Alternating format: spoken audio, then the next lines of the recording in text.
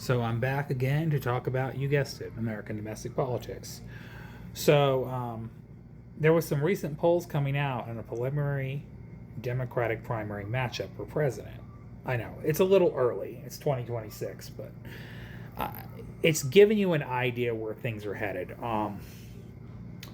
But in New Hampshire, which I want to note is an important primary state. All right, but I'm also going to talk about the national polling. So they did a poll recently, and it turns out AOC, Alexandria Ocasio Cortez, from the Bronx, you know, that very popular congresswoman everybody talks about. You know, she's like almost like Mondami kind of popular. Has a little bit longer political career than him, but you know, she has similar charisma, you know, similar kind of celebrity splash, has a big social media presence, can raise a lot of money. Well, apparently it's paying dividends because they just took some polls recently and it shows that she's one of the potential possible frontrunners in the Democratic primary right now, despite the fact the media is talking about Gavin Newsom all the time. Despite the fact the media is talking about Kamala Harris again. Despite the fact that the media is floating around all these other names. They're not gaining any traction. Like some of them have already hit their ceiling. They're not going to go any higher. Because the mood of the electorate is changing. And I've said this before, and people didn't believe it until you'll believe it when you see it. Okay. But it's because of what she represents. It's because of what she talks about. If you look at her compared to most Democrats that are potentially running for president, their political record is pretty much a traditional political record. It's not beating a primary, not primary an incumbent and surprisingly upsetting him and beating him, propelled by a DSA movement, or a working class person who came out of nowhere and got elected to Congress. That's AOC's story. Like, if you look at her story, it's very inspiring. I know a lot of people are going to throw shade at me for this because there's a lot of people out there still don't like her. But she has a very inspiring story if you listen. You know, she was a working class girl who ran for office, caught fire, and got elected. She was literally a girl from the Bronx. I mean, and then I think her other home was Puerto Rico. But she was a working class girl, bottom line. She was not a rich person. She was not well connected. She was not a traditional politician. So just her biography alone is more inspiring to people compared to the other people that are potentially going to run for president. And there was a recent poll that showed in New Hampshire. Now I know it's only one state. It's not all the states in the country. It's only one state. So I want to highlight that. I don't want people to get too excited and worked up over this or too angry because I'm talking about this. Whatever you think about this issue, either way. But doesn't prove she's going to become the nominee if she runs. And I'm not saying that by any measure. I'm just saying that 2028 is going to be a lot less predictable than people realize. And to be fair, there'll be a lot of candidates that are going to run. There's going to be a lot of Democrats running. I already know all the people are going to run. I already have a feeling all the people are going to run. Now, who wins, that's a secret. But we know Gavin Newsom's going to run. We know Kamala Harris is going to run again. Rumors floating around that Ro Khanna is going to run for president. John Ossoff might run for president, even though he's saying he won't, from Georgia. We know Josh Shapiro from Pennsylvania is going to run. There's going to be a deep bench of Democrats running for president. Okay. So I'm not declaring who I would vote for right now if the race was held today, which it's not. It's 2 years away. We don't even know who's actually going to run and catch fire. Okay.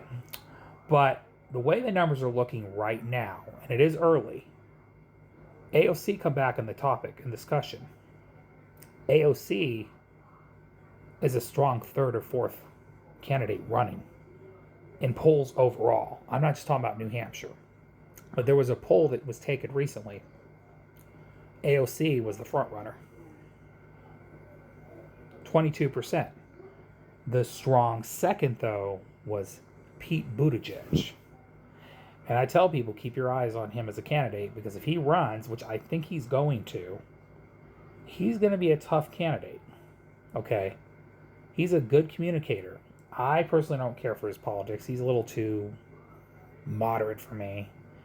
He comes off as a little elitist white dude. That's kind of what I see when I look at him, but he is a good speaker. Okay? And he didn't do too bad in 2020. All right, for a guy who ran for president the first time. Despite the fact he didn't do good with the black vote. He was doing good with a lot of other demographics in the country. So he's the one to watch. I will say that. I think Pete Buttigieg is going to be a strong contender. He got 21% in the poll.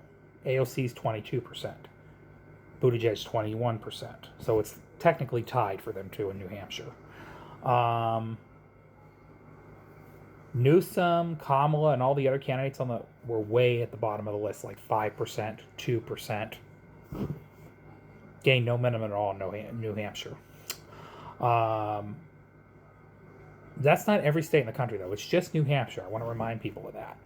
But in the national polling, that's another poll to look at. Yes, Gavin Newsom was like on the top of the list because he's got the most media coverage, but not by a lot. He wasn't an overwhelming front runner. I think he was sitting at like 17%, where all the other Democrats were sitting at 15, 14, 8, 7, 5.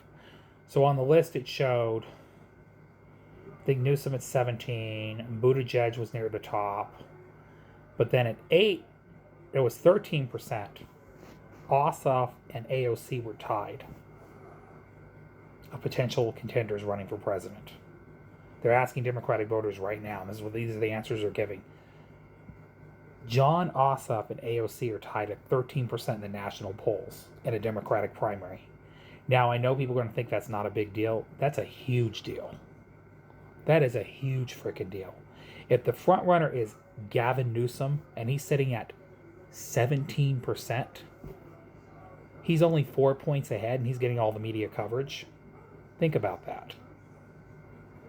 Kamala Harris was only at 8%. 8%. And she ran for president last time. It's going to be an interesting election. I'm just going to say that. If all these candidates run, we're going to see quite a primary. And one of my favorite, Ro Khanna, is at only 2%, unfortunately. So I like Ro Khanna, but I don't see him actually making a serious run. He might be a good attack dog for the left.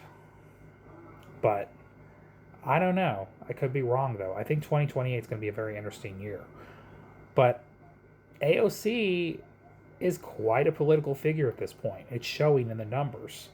So there is no discouragement of her possibly running. There's no real con to her running for president. There's more pros than cons because the mood of the country is changing. The mood of the voters is changing. People are radicalized right now. And she's the most well-known on the left. And make no bones about it, DSA is making some serious gains within the Democratic Party.